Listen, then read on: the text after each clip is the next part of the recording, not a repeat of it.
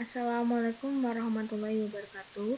Perkenalkan, kami dari kelompok Askep Gagal Ginjal Kronik, dosen pengampu Ida Husein Askep Nurse Mkep, mata kuliah Keperawatan Medikal Bedah 2, disusun oleh Ervianda, Farida, Fatin, Ii, Inggit, Isnaini, Kartika, Karunia, Lina, dan Rizky. Universitas Aisyah Surakarta, Program Sarjana Keperawatan. Tahun akademik 2018-2019.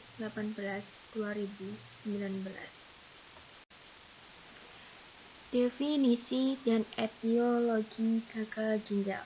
Definisi: gagal ginjal kronik merupakan gangguan fungsi renal yang progresif dan irreversibel di mana kemampuan tubuh gagal untuk mempertahankan metabolisme dan keseimbangan cairan dan elektrolit, menyebabkan uremia atau retensi urea dan sampah nitrogen lain dalam darah. Bronner dan Stader 2001.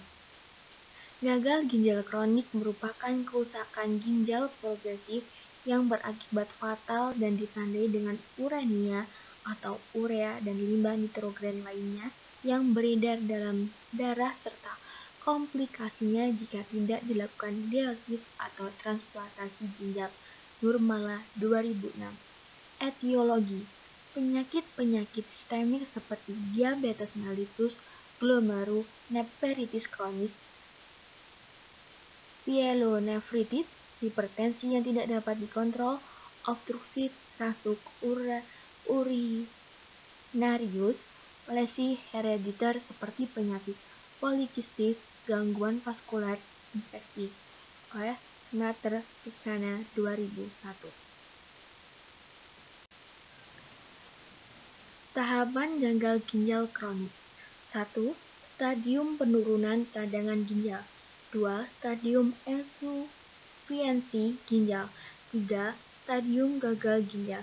4. Penyakit ginjal stadium akhir. Hitung CCT untuk menemukan stadium gagal ginjal kronik. Rumus Hockerhoff dan Cout. Rumusnya ada di bawah.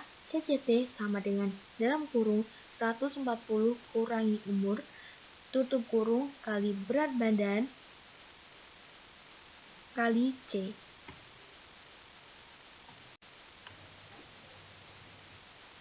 Klasifikasi gagal ginjal kronik. Stadium 1. Penjelasan: kerusakan ginjal dengan GVR normal atau meningkat kurang dari 90 ml.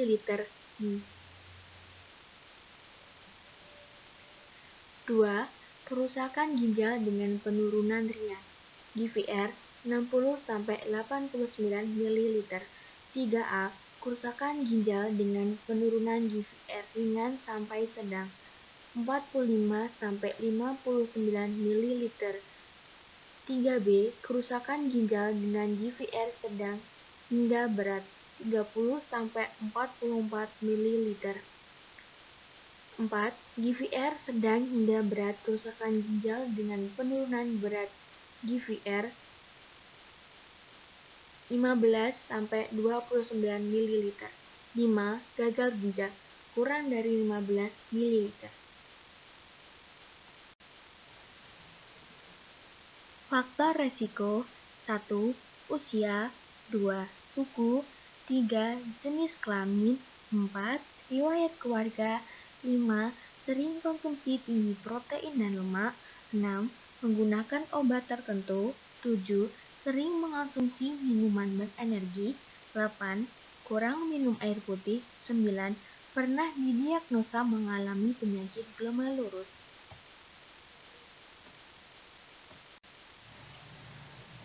Berikut pathway GGK. Kegagalan ginjal ini bisa terjadi karena serangan penyakit dengan stadium yang berbeda-beda. Ada 3 golongan stadium. Stadium pertama, penurunan cadangan ginjal. Selama stadium ini, kreatinin, serum, dan kadar BUN normal dan pasien asimptomatik. homeostatis dipelihara, tidak ada keluhan cadangan, ginjal residu 40% dari normal. Stadium 2, insufisiensi ginjal, penurunan kemampuan memelihara homeostasi, azotemia ringan, anemi, tidak mampu memekatkan urin dan menyimpan air. Fungsi ginjal residu 15-40% dari normal. GVR menurun menjadi 80 ml per menit. Normalnya 100-120 ml per menit. Lebih dari 75% jaringan yang berfungsi telah rusak. GVR besarnya 25% dari normal.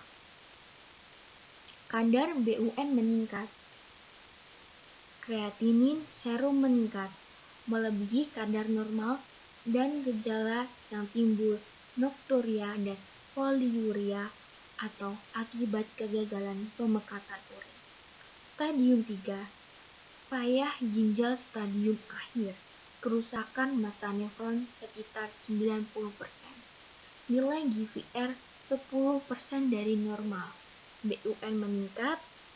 Clearance kreatin 5-10 ml per menit.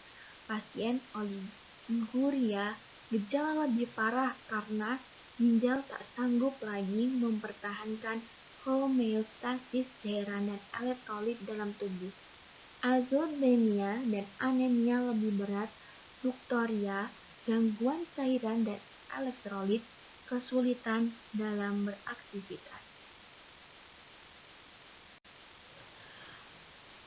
Manifestasi klinis 1. Hematuri 2. Edema penurunan kadar albumin 3. Hipertensi 4. Peningkatan suhu badan 5. Sakit kepala, lemas, dan gelisah. 6. Mual, tidak nafsu makan, dan berat badan menurun. 7. Ureum dan kreatinin meningkat. 8. Rasa gatal yang parah, kulit kering, dan bersisik. 9. Edema paru, efusi pleura, dan pleuritis. Pemeriksaan penunjang 1. Pemeriksaan umum. Pemeriksaan umum dibagi menjadi 2. 1. Urin dan 2. Darah. Pemeriksaan urin meliputi volume, warna, tes, glycerin, kreatinin, dan derajat tinggi protein. Pemeriksaan darah meliputi Hb, GDA, kalsium, protein, dan lain-lain. Yang kedua, ada pemeriksaan khusus. Yang pertama, elektrokardiogram atau biasa disebut dengan EKG. Tujuan dari EKG adalah untuk melihat kemungkinan terjadinya hipertrofi ventrikel kiri, tanda-tanda perikarditis, aritmia, dan gangguan elektrolit. Pemeriksaan oksigen USG untuk melihat besar dan bentuk ginjal, tebal korteks ginjal, anatomi sistem pelvio-kilises, ureter untuk mencari adanya faktor irreversibel seperti obstruksi. Oleh karena itu, batu atau massa tumor juga untuk menilai apakah proses berjalan lancar. Foto ronsen dapat terlihat tanda-tanda bendungan paru akibat kelebihan air, efusi pleura, kardiomegali, dan efusi perikardial. Berikut penata laksanaan. 1. Optimalisasi dan pertahankan keseimbangan cairan dan garam. 2. Diet tinggi kalori dan rendah protein. 3. Kontrol hipertensi. 4. Kontrol ketidakseimbangan elektrolit. 5. Mencegah penyakit tulang. Lanjutan dari penata laksanaan. 6. Ada deteksi dini dan terapi infeksi. 7. Modifikasi terapi obat dan fungsi ginjal. 8. Deteksi terapi komplikasi. 9. Persiapan dialisis dan program transplantasi ginjal.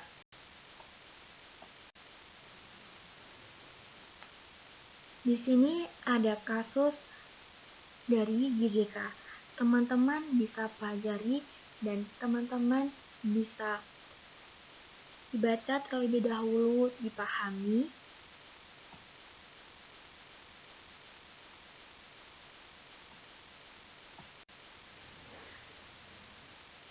Dari kasus di atas, kita dapat melakukan pengkajian. Yang pertama, keluhan utama. Keluhan utama klien mengeluh sakit pinggang, BAK jumlahnya sedikit, perut membesar, mual, muntah, sehingga tidak nafsu makan dan gatal pada kulit. Pemeriksaan fisik. 1. Perut klien tampak membesar. 2. Klien terlihat pucat dan lemas. 3. Kulit kering dan bersisi. 4. Kesadaran klien kompos mentis. Kelima, TTV, tekanan darah 100/70 mmHg, nadi 70 kali per menit, suhu 36,6, pernapasan 24 kali per menit. Selanjutnya, pemeriksaan penunjang ureum 380 mg, kreatinin 15, Hb 6,2 mg, SGOT 19, SGPT 30. Hasil USG pada kedua ginjal didapatkan kedua ginjal tampak mengecil. Diagnosa keperawatan dan intervensi pada penyakit GGK. 1. Diagnosanya, intoleransi aktivitas berhubungan dengan kelemahan akibat anemia. Intervensinya, 1. Manajemen energi, ajarkan pasien untuk beristirahat dan melakukan pengurangan aktivitas. Kedua, memberikan asuhan tentang teknik ambulasi. Ketiga, mengajarkan kepada pasien tentang manajemen mood. 4. Mengajarkan pasien untuk latihan fisik rutin. 5. Berikan motivasi pasien agar melakukan program pengobatan yang rutin agar cepat sembuh. Yang kedua, diagnosanya, nutrisi ketidakseimbangan berhubungan dengan mual dan muntah. Intervensinya, 1. Melakukan pemantauan cairan pada pasien. 2. Melakukan pemantauan tanda vital secara berskala. 3. Melakukan identifikasi resiko komplikasi. Keempat, melakukan pemasangan kateter. Yang kelima, ajukan pasien untuk minum setiap saat agar tidak dehidrasi. Diagnosa yang ketiga, integritas kulit kerusakan berhubungan dengan kulit kering. Intervensinya, memberikan asuhan tentang perawatan kulit. Kedua, memberikan dukungan perawatan diri. Yang ketiga, melakukan pemantauan nutrisi. Yang keempat, kolaborasi dengan dokter pemberian obat kulit. Yang terakhir, memberikan pendidikan tentang kebersihan atau hygiene. Berikut sumber-sumber yang kami pakai untuk menyelesaikan tugas askep keperawatan pada gangguan gagal ginjal kronis.